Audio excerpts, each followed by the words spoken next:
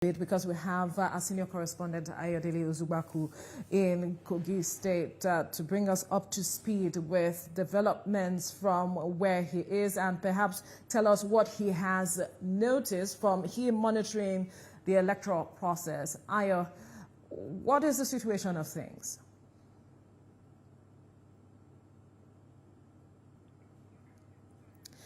All right, we'll definitely get back to Ayodele Ozugbakun as soon as we can. But you touched on something very critical. Right. The commitment of the candidates, right, be it governorship or whatever level, because you commit, it's about the people you say you want to serve. Right. But then when this commitment is not being gotten, especially where you sign a peace bond, accord, what does it say? Is it really about the people? Is it really about national interest? Or what? How is it that we are also not even reining in on this political elite when they fall short of their commitment?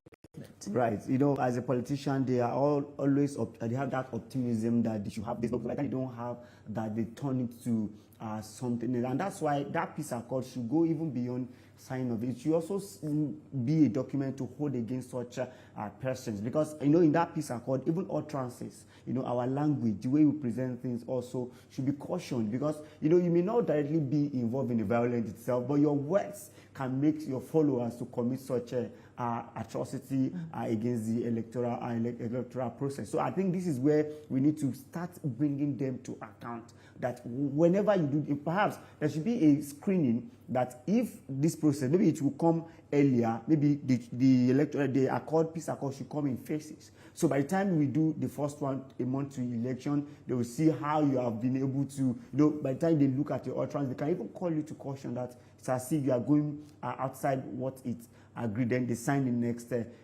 So we cannot say they should stop signing, because it has also have its own optics positively to the generality. Because when you sign peace accord, Nigerians also have that confidence that you will be peaceful throughout the election, and that's where our security agency also need to come into play, because most violence have been committed by the followers of these candidates, and that's where they need to caution them very well not to commit such offense. I think that's where we need to do. And also political parties also need to also caution their candidates. Absolutely. Because I was going to say that political parties have a major role to play. Major role to play, because right from primary, you should just caution them, because everything starts from primary, right? If somebody is violent in primary, it simply means it is going to escalate to when it comes. So they should start from there, cautioning their people. And also, I would also appeal to Nigeria and the electorate, see these people that is so violent.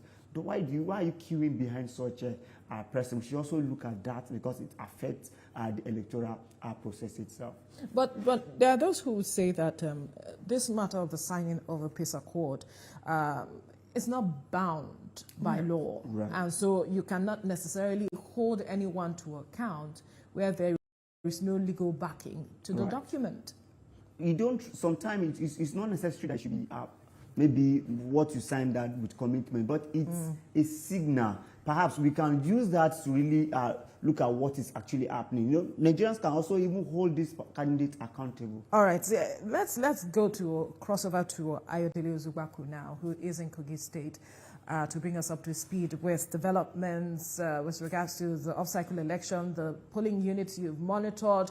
What have you observed? Earlier we spoke with Demola, who told us there were incidents of vote buying. What have you seen so far?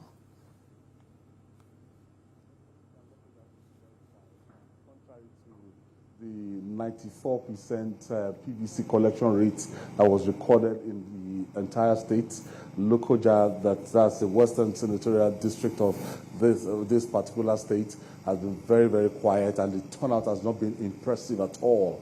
Not been impressive. This particular polling unit is where we call Lokoja local government. The polling unit has, they have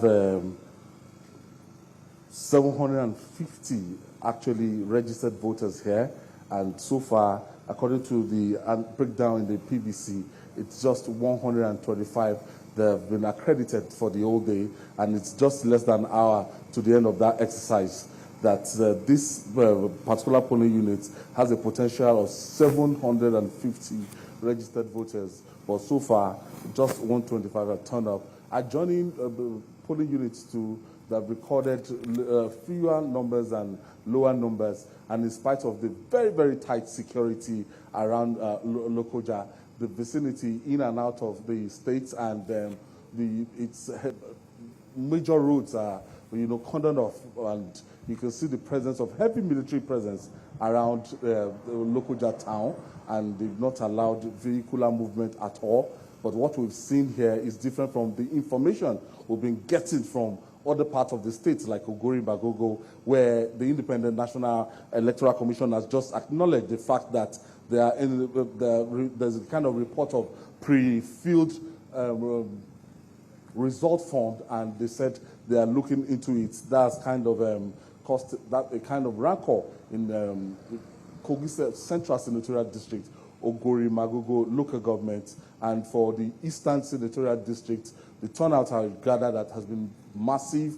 For the Western Senatorial District, it has been fair, and the Central Senatorial District, it has also been impressive, but it's like almost a no-show in Lokoja. That's the state capital. A lot of reasons might be responsible for this.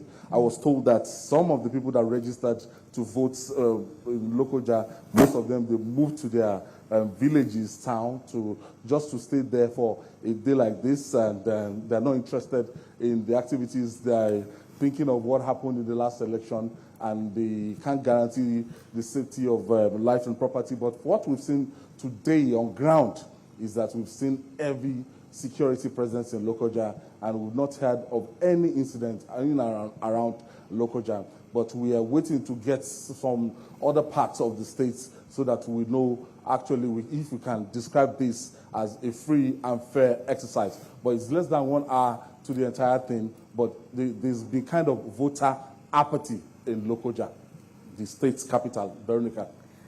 One could describe the mood where you are as silence of the graveyard, because you can barely see any electorate activity there, and we can see electoral officers seated and waiting for the electorate to come and cast their ballot.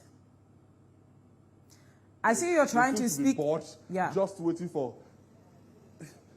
They seem to be bored, just waiting for 2:30 so that they can get the whole thing over with.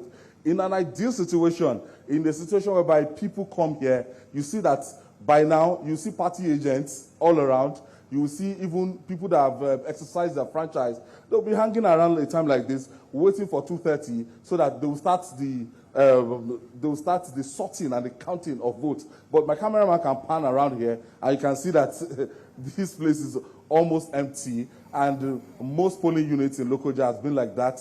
And it's at the end of the day, we'll be able to aggregate the level of participation in this exercise. But the apathy is what I've seen from most of the polling units I've visited today. And you can see the electoral officers, they are just having a kind of nice time. And the weather is so harsh here, and they're just praying that it's 2:30. So immediately it's 2:30, they start sorting and start counting per se. So right. They are going to leave the polling unit to go to the Ward Collation Center. From the Ward Collation Center, they'll go to the local government. From the local government, they'll now go to the State Collation Center, where everything is going to be brought from the 21 local government and 3,204 polling units together, and it's going to be sorted. So from what we've seen so far here, it has been peaceful. I can report that it has been peaceful. Contrary to what we had 4 years ago, right. By now we reported cases of ballot box snatching and violence here and there in the same Lokoja, but Lokoja is peaceful today. Indeed. But there are those who are seated there waiting. Are those party agents? Who are they? Did they perform their franchise? What are they doing there? Yes, we have some party agents hanging on, and they're just waiting. And some people, I reliably gathered now that we have to come back when it's exactly 2:30. That is when they will witness the sorting and counting of votes. So some party agents, especially the top political parties that they feel that they have a big stake in this part of the state, that look, they are going to wait and they are going to witness the sorting and counting of votes here in this particular polling unit. But It has been very, very dry here, and the electoral officers are still just waiting. But it has been peaceful so far, Veronica. I am wondering if you spoke with any of the party agents that are waiting with regards to the situation on the ground. What's their perhaps interpretation, or how do they feel about the fact that a number of electorates did not turn out to vote? They told me that people just are not just interested because of the rhetorics ahead of this election, because of the language of politicians before this particular election, that most people are just staying at home, that they are just waiting to get this exercise over with today, and they will have the new governor, but they don't want to participate. So it's not, it will be safe to say that out of 94% turnover for those that collected the PVC, that most of them just collected it and decided to stay at home, especially in the Western Senatorial District, which is Lokoja. I will definitely get back to you for more updates coming out of Lokoja.